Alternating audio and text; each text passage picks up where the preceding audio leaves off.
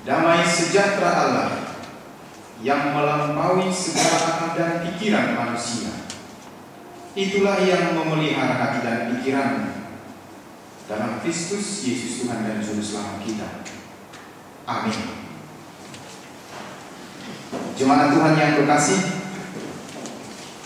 minggu ini firman Tuhan akan menyapa kita dari 1 Yohanes pasal yang keempat, ayatnya ayat ke-16b sampai dengan ayat ke-21. 1 Yohanes 4 ayat 16b sampai dengan ayat yang ke-21.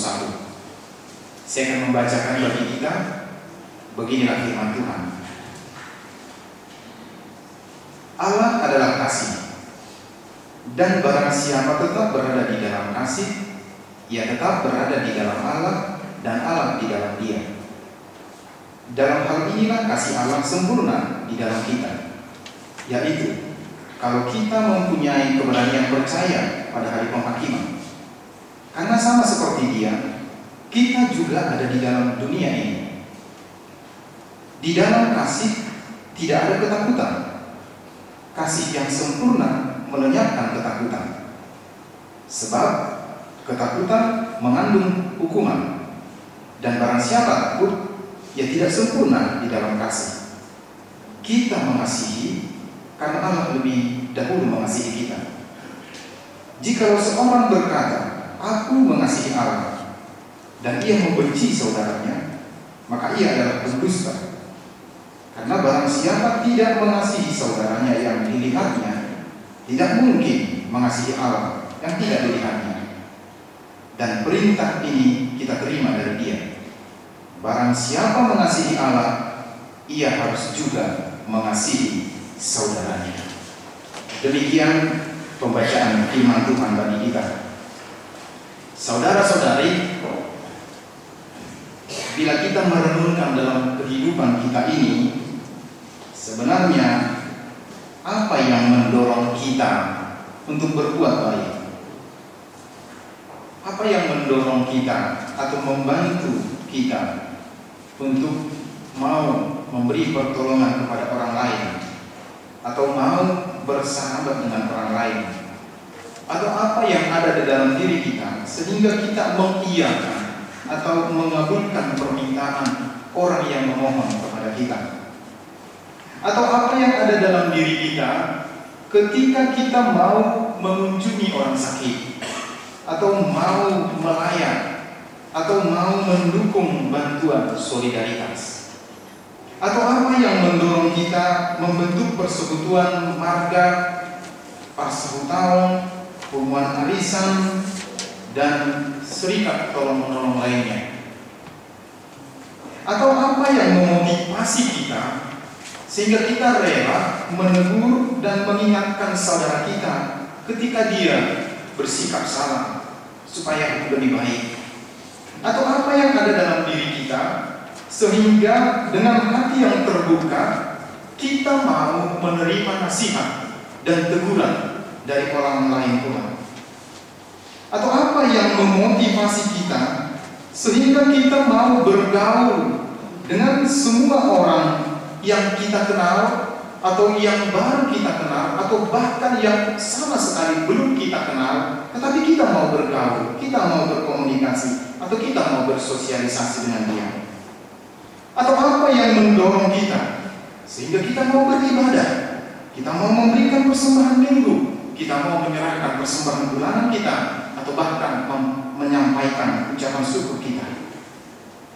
Yang terakhir, apa yang mau mendorong? Apa yang mendorong kita mau ambil bagian dalam kepanitiaan, pekerjaan gereja, dan pembangunan, pengembangan pelayanan di tengah-tengah gereja kita? Pertanyaan ini hanya memiliki satu jawaban saja. Bukankah semuanya itu kita lakukan karena kita memiliki kasih? Artinya, semua itu kita lakukan karena kita memiliki kasih. Karena di dalam diri kita ada rasa kasih, ada rasa mengasihi. Saudara-saudari, Allah menciptakan kita sebagai manusia yang memiliki kasih. Kita diciptakan bukan tidak dengan kasih. Tuhan menciptakan kita dengan menanamkan kasih di dalam diri semua orang. Oleh sebab itu, semua tindakan kita, hampir semua pikiran kita, ucapan kita, itu karena dilandasi atas kasih. Orang tua mau menyekolahkan anaknya setinggi-tingginya itu atas dasar kasih. Kita mau bekerja, bersusah payah, banting tulang, itu juga didorong rasa kasih. Mengasihi keluarga, mengasihi diri sendiri. Bahkan yang lebih ekstrim lagi, orang mencuri itu juga karena dasar kasih. Kenapa kita katakan? Karena ia mengasihi anaknya dan istrinya yang lapar. Sementara uang tidak ada, makanan tidak ada. Mencuri, inilah yang dikatakan mencuri dengan atas dasar kasih kepada anak, kasih kepada istri yang tidak makan atau yang terancam hidupnya, sehingga ia nekat mencuri. Saudara-saudari, sebenarnya semua orang memiliki kasih. Orang baik pasti memiliki kasih. Orang jahat juga memiliki kasih. Orang percaya hidup dalam kasih, tetapi orang yang tidak percaya pun hidup juga dalam kasih. Dalam Matius 5 ayat 46 sampai dengan 47 jelas sekali Yesus juga mengakui orang jahat pun memiliki kasih. Kalau kita baca Matius 5 ayat 46 sampai 47, orang jahat pun memiliki kasih kok. Itu yang dikatakan oleh Tuhan Yesus. Kalau kita mengasihi orang yang hanya kita yang mengasihi kita saja, apakah upahmu? Pemungut cukai pun melakukan seperti itu. Pemungut cukai dalam tradisi Yahudi dianggap orang yang paling banyak sekali berbuat dosa, orang yang paling jahat. Itulah pemungut cukai. Tetapi mereka pun memiliki kasih, mengasihi anaknya, mengasihi sesama pemungut cukai. Dan orang yang tidak beriman pun mampu melakukan kasih, dapat memberi salam dalam arti menaruh kasih. Jadi kalau memang semua orang memiliki kasih, atau semua orang dapat mempraktekkan kasih, menghidupi kasih, lalu apa yang mau dimaksudkan nats ini bagi kita tentang kasih?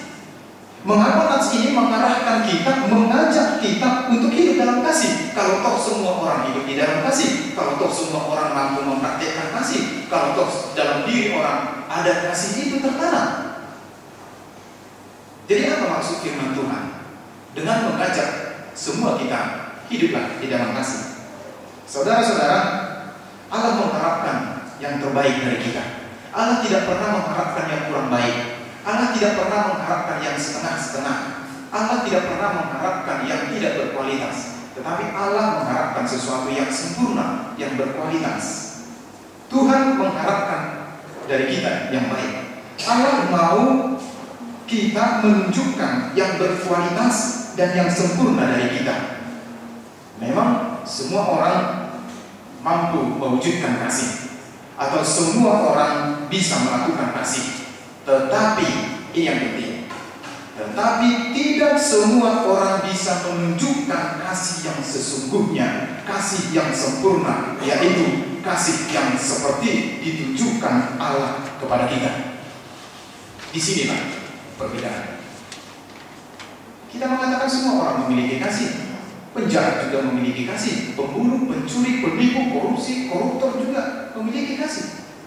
Tapi Tuhan mengharapkan melalui khotbah ini, mari kita orang yang percaya menghidupi kasih yang berbeda itu, yaitu kasih yang sempurna, kasih yang sumbernya dari Allah, kasih yang tidak pernah meminta balas jasa, tetapi kasih yang mau berkorban, kasih yang rela menderita demi kebaikan sesama, bukan demi kebaikan diri sendiri. Bahkan Yesus meminta yang sempurna sekali, kasih yang merelakan nyawanya sekalipun demi saudaranya. Di dalam diri Yesus terdapat kasih yang sempurna. Dia mau mati demi kita, sahabatnya. Itu yang dikatakan oleh Yesus. Engkau adalah sahabatku. Oleh sebab itu Yesus mau mati kepada kita, sahabatnya. Justru ini yang diharapkan dalam nats ini. Kita mau menunjukkan sikap seperti itu.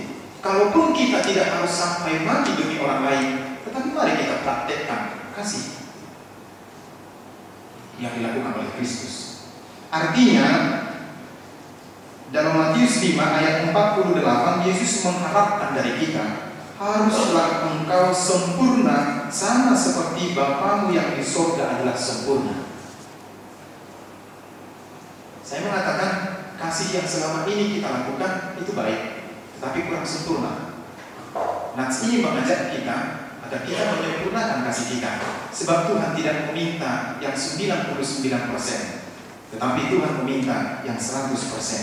Haruslah engkau sempurna sama seperti Bapamu yang di surga adalah sempurna. Artinya kasih kita tidak cukup lagi hanya sebatas mengasihi diri sendiri saja, atau kasih kita sebatas mengasihi keluarga saja, atau yang satu marga dengan kita, atau suku, atau yang seagama dengan kita saja.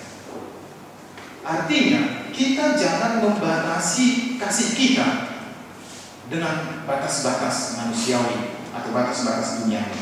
Tetapi kasih kita harus berbeda dari kasih dunia yang melihat wajah, atau yang melihat orang, atau yang melihat apa dia.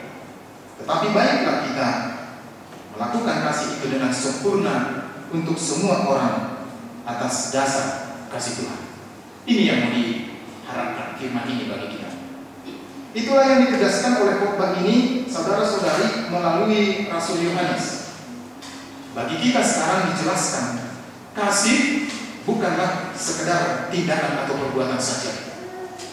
Jadi kasih itu tidak lagi sebatas perbuatan atau tindakan, sehingga kita tidak meniru apa yang dilakukan oleh kasih yang dilakukan penjahat, atau kasih yang dilakukan pencuri, walaupun dia sebenarnya atas dasar kasih kepada anaknya, kasih kepada istrinya. Semua kita akan mengatakan itu tidak baik dan itu bertentangan dengan firman Tuhan. Itu makanya saya mengatakan perbuatan kasih itu tidak lagi sebatas tindakan atau perbuatan saja, tetapi kasih itu harus benar-benar menunjukkan bahwa kita sungguh-sungguh tinggal di dalam Tuhan dan Tuhan tinggal di dalam kita. Harus itu yang mendorong kita berbuat kasih. Kalau seorang bapak atau seorang ibu nekat mencuri untuk kasih kepada anaknya dan suaminya atau keluarganya, itu pasti tidak didorong atas dasar Tuhan tinggal di dalam dirinya atau dia tinggal di dalam dirinya. Itu yang membedakan. Tetapi firman ini mengharapkan dari kita agar kasih kita itu muncul dari pengenalan yang benar akan Tuhan. Jelas sekali tadi Rasul Yohanes mengatakan, kalau di ayat sebelumnya, orang yang mengenal Allah pasti dia mengasihi sesamanya. Bahkan di ayat berikut tadi adalah pendusta kalau ia mengatakan mengasihi Tuhan tetapi membenci sesamanya yang ia lihat, itu pembohong. Jadi jelas sekali, orang yang betul-betul mengasihi Allah, orang yang betul-betul tinggal di dalam firman Tuhan, pasti tindakan konkretnya adalah tidak akan membenci sesamanya, tetapi mengasihi sesamanya. Artinya, kasih kita haruslah didorong, haruslah dimotivasi karena Allah yang ada di dalam diri kita, atau Allah berkenan dalam hidup kita, atau Allah yang telah mengasihi kita. Perbuatan kasih kita haruslah benar-benar muncul atas pengenalan yang benar akan Allah. Dan justru inilah yang membedakan kasih dunia ini, kasih yang muncul dari diri sendiri. Bapak Ibu, pemungut cukai dan orang yang tidak mengenal Allah, kalaupun dia mampu melakukan perbuatan kasih, itu muncul dari dirinya sendiri. Tetapi orang percaya haruslah kasih itu muncul dari pengenalan akan Allah, pengenalan yang sungguh-sungguh akan Allah. Artinya buah kasih itu karena dia mengenal betul-betul Kristus. Kasih yang benar muncul atas pengenalan akan Allah, dan ini tidak akan membatasi dirinya untuk mengasihi orang-orang tertentu saja, tidak membatasi dirinya pada orang-orang yang hanya baik kepada dia saja atau yang mengasihi dia saja, tetapi kepada semua orang, sekalipun yang membenci dirinya sendiri. Yesus sangat radikal sekali dalam hukumnya. Kamu mengatakan kasihilah sesamamu yang mengasihi engkau, tetapi aku mengatakan, kata Yesus, kasihilah musuh, berdoa kepadanya. Jadi radikal sekali, dan ini yang benar menurut Yesus. Tentu kita harus mengikuti ini. Apakah Tuhan kita itu hanya sebatas atau hanya mengasihi orang yang baik saja? Inilah pertanyaan bagi kita, Bapak Ibu dan saudara-saudara. Apakah Tuhan hanya mengasihi orang yang baik saja? Tentu tidak. Yesus mengasihi kita, tetapi jangan kita pikir Yesus tidak mengasihi orang jahat. Yesus juga mengasihi orang jahat. Yesus mengasihi orang benar, tetapi siapa bilang Yesus tidak mengasihi orang yang berdosa? Kita orang yang berdosa, tetapi Yesus kasihi. Jadi inilah dasar kita sebenarnya. Tidak ada dasarnya kita tidak mengasihi semua orang. Inilah dasarnya dilarang atau tidak baik hanya mengasihi orang yang mengasihi kita, tetapi semua orang. Karena Yesus juga seperti itu. Karena Tuhan juga bukan hanya mengasihi orang yang baik, tetapi mengasihi dunia. Ini menjadi dasar berpijak kita. Mengasihi orang, janganlah melihat orangnya atau karena kepentingan. Saudara-saudara yang benar, yang sungguh-sungguh benar tinggal dalam Allah, pasti kasihnya tidak akan pandang bulu. Pasti kasihnya kasih yang tulus dan murni. Sekarang marilah kita mengambil beberapa pesan dari firman Tuhan ini bagi kita. Yang pertama, Allah adalah kasih. Pemahaman ini harus melekat dalam diri kita. Allah adalah kasih. Itu dikatakan oleh firman Tuhan. Itu bukan rumusan, tetapi itu adalah firman Tuhan yang mengatakan Allah adalah kasih. Artinya kasih yang sempurna adalah pewujudan daripada keberadaan Allah. Kasih Allah dalam dunia ini dapat kita lihat dalam diri Yesus. Jadi kasih Allah itu tidak abstrak, tetapi konkret, menjelma dan mendunia. Kasih Allah itu bisa kita lihat dalam diri Kristus. Justru Kristuslah kasih Allah itu. Jadi nyata. Kita juga sebagai orang yang percaya, kasih kita jangan abstrak, harus konkret. Jangan hanya rumusan, jangan hanya wacana, tetapi konkret, betul-betul mewujud dan dirasakan oleh orang lain kasih itu. Bila kita benar-benar percaya kepada Tuhan Allah dan percaya kepada Yesus Kristus, maka sudah sepatutnya lah kita hidup dalam kasih yang sempurna itu. Dan kasih yang sempurna itu hanya datangnya dari Allah, yaitu yang sering kita sebut dengan kasih agape. Kasih yang tidak mementingkan diri sendiri, kasih yang tidak mengharapkan apa-apa, tetapi rela berkorban nyawa. Kasih yang tidak melihat orang, tidak melihat siapa dia, tetapi kasih yang melihat wajah Tuhan ada dalam diri orang itu. Paulus bisa membantu kita, Bapak Ibu dan saudara-saudari. Mari kita lihat Kolose 3 ayat 23. Nats ini bisa membantu kita untuk mempraktekkan kasih, agar kita tidak pandang bulu, agar kita tidak melihat siapa dia, bagaimana dia, hubungan saya dengan dia bagaimana. Kita tidak melihat itu. Mari kita lihat Kolose 3 ayat 23. Ini akan membantu kita untuk mewujudkan kasih. Apapun juga yang kamu perbuat, perbuatlah dengan segenap hatimu, seperti untuk Tuhan, bukan untuk manusia. Jelas sekali. Apapun juga yang kamu perbuat, perbuatlah dengan segenap hatimu seperti untuk Tuhan, bukan untuk manusia. Ayat ini membantu kita mewujudkan kasih. membantu sesama dengan melihat wajah Tuhan dalam diri seseorang. Hal ini akan menghindari diri kita mengasihi orang lain dengan melihat siapa dia, apa dia, bagaimana dia. Tetapi ketika kita mau membantu orang, kita harus melihat wajah Tuhan ada di dalam dirinya, sehingga kita tergerak untuk membantu dia. Mari membuktikan diri kita mengenal Tuhan, kita tinggal dalam Tuhan dengan tindakan konkret melalui kasih kepada semua orang tanpa membeda-bedakan, karena Allah adalah kasih. Yang kedua, kasih yang sempurna, yaitu kasih Allah membebaskan kita dari rasa takut. Kasih yang sempurna, yaitu kasih Allah, akan membebaskan kita dari rasa takut menghadapi tahta pengadilan Allah. Sesungguhnya Bapak Ibu dan saudara-saudari, orang yang takut pada pengadilan Allah adalah orang-orang yang merasa diri bersalah, merasa diri belum melakukan kebenaran, atau merasa diri tidak melakukan keadilan dan kasih dalam hidupnya. Tetapi orang yang benar-benar mempercayai dan menerima bahwa Allah adalah kasih, sesungguhnya ia telah dibebaskan dari rasa takut menghadapi pengadilan Tuhan, tahta pengadilan Tuhan. Kan orang yang takut itu adalah orang yang merasa bersalah. Masa kita takut kalau kita benar? Tetapi kenapa takut? Karena merasa diri salah. Kalau kita betul-betul percaya, mempraktekkan kasih dan hidup di dalam kasih Allah, kita tidak akan mungkin takut kepada pengadilan tahta Tuhan. Karena di pengadilan tahta Tuhan akan diputuskanlah orang yang benar, orang yang mempraktekkan kasih, orang yang tinggal di dalam Kristus, akan diambil keputusan, akan dieksekusi bahwa dialah penghuni kerajaan Allah. Jadi bukan sesuatu yang menakutkan bagi orang yang percaya kepada Tuhan. Jadi bukan sesuatu yang menggetarkan hati.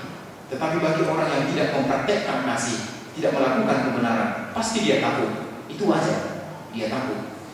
Yang ketiga, kasih Allah melenyapkan rasa takut akan pergumulan hidup.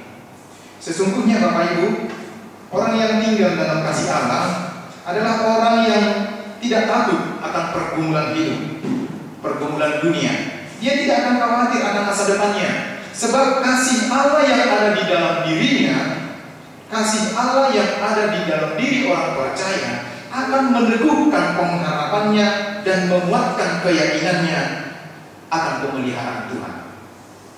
Ini bedanya kasih manusia dengan kasih Allah. Kasih manusia masih ada keraguan, masih ada pesimisme. Tetapi kasih Allah akan membantu kita mengharapkan, hidup dalam pengharapan dan teguh dalam keyakinan bahwa Tuhan akan cukupkan masa depan kita. Dan yang terakhir, orang yang sungguh-sungguh percaya kepada Allah tidak akan membohongi, tidak akan mendustai dirinya sendiri. Firman ini tadi mengatakan pembohong, pendusta, kalau dia mengatakan mengasihi Allah tetapi tidak mengasihi sesamanya yang dia lihat. Orang yang mengklaim dirinya mengasihi Allah, pasti dia juga mengasihi sesamanya. Orang yang mengasihi Allah pasti tidak akan membenci orang lain, sekalipun orang lain membenci dirinya sendiri. Mari Bapak Ibu dan saudara-saudari, mari kita semua menghilangkan dusta itu di dalam diri kita dengan mewujudkan kasih kepada semua orang. Amin. Kita berdoa.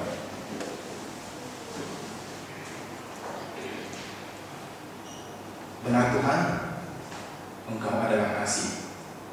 Kasih-Mu telah tinggal di dalam kami. Kini kami hidup di dalam kasih Tuhan. Firman-Mu mengajak kami dan mengarahkan kami agar mempraktekkan kasih yang sempurna, kasih yang berbeda dari pewujudan kasih yang dimunculkan dalam diri manusia atau yang dilahirkan dari dunia ini. Tuhan mengharapkan dari kami praktek kasih yang sempurna, yang berkualitas dan yang terus-menerus. Bapa di surga, ajar kami Tuhan untuk mempraktekkan yang kasih yang Tuhan harapkan dari kami, agar kami tidak mendustai diri kami, agar kami tidak membohongi diri kami, agar kami tidak pendusta dan pembohong, karena kami tidak mempraktekkan kasih dalam kehidupan kami. Banyak sekali Tuhan lahan yang boleh kami pakai untuk mempraktikkan kasih. Biarlah Tuhan Engkau membuka hati kami, menggerakkan hati kami, membantu sesama kami yang berkekurangan, membantu sesama kami yang miskin, yang kurang pintar, atau yang lemah, atau yang terjepit karena ekonomi, kesulitan hidup, yang sebenarnya mereka mencari-cari pertolongan dari Tuhan. Biarlah Engkau memakai kami Tuhan, orang yang mampu, orang yang kaya, orang yang kuat, orang yang memiliki jabatan tinggi, mempraktekkan kasih itu, membantu sesama kami secara konkret, tidak hanya wacana, tidak hanya di pikiran, tidak hanya anak-anak, dan bukan hanya sebatas keinginan, tetapi mewujud dalam kenyataan hidup kami. Kami tahu praktek kasih yang kami lakukan dengan ketulusan dan kemurnian, Tuhan akan membalaskannya.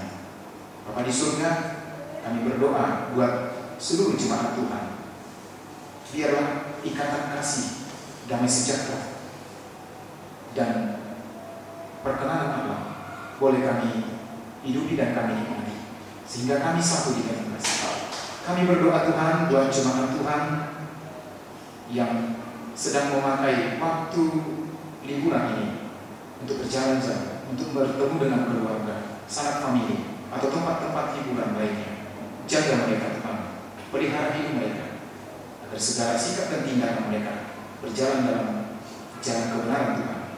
Sertai mereka Tuhan dari ancaman mara bahaya orang-orang jahat. Dan biarlah Tuhan juga memelihara mereka tiba di tempat ini, tiba di gerejamu, tiba di rumah mereka masing-masing. Kami juga mendoakan jemaat Tuhan keluarga yang akan memulai perjalanan menikmati kesempatan liburan ini, agar Tuhan juga menyertai hidup mereka di tempat tujuan mereka, dan sekembalinya juga ke tempat ini penuh dengan sukacita, memiliki semangat yang baru, dan juga tenaga dan pikiran dan pengharapan yang baru juga. Sertai kami seluruhnya Tuhan, yang meskipun kami tidak memakai waktu liburan ini, tetapi kami tinggal di tempat kami masing-masing bersama keluarga. Biar Engkau memelihara hidup kami juga. Biarlah Tuhan kasih-Mu yang sempurna itu juga hadir di tengah-tengah rumah tangga kami, sehingga suami dan istri hidup di dalam kasih yang seperti Kristus, dan orang tua kepada anak-anaknya juga seperti kasih yang di dalam Kristus. Bahkan semua para majikan, para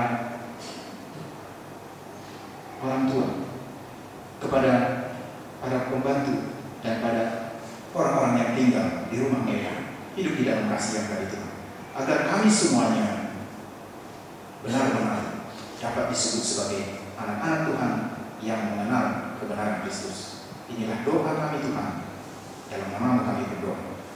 Amin.